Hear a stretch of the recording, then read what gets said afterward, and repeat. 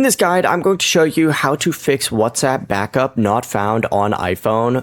This is Aiden from JustBoz, and before we get into this guide, make sure to like the video and subscribe to the channel with all notifications on. It really does help with the channel and it lets us know that you want more content like this, so we greatly appreciate it. If at any point throughout this guide you did have any questions, just ask them down in the comment section below and we can help you out further. I'm going to be doing my best to reply to every single comment down there. First things first, make sure that you are signed into the same Apple ID and using the exact same phone number that created the backup originally, that WhatsApp is actually turned on. Usually this is down towards the very bottom.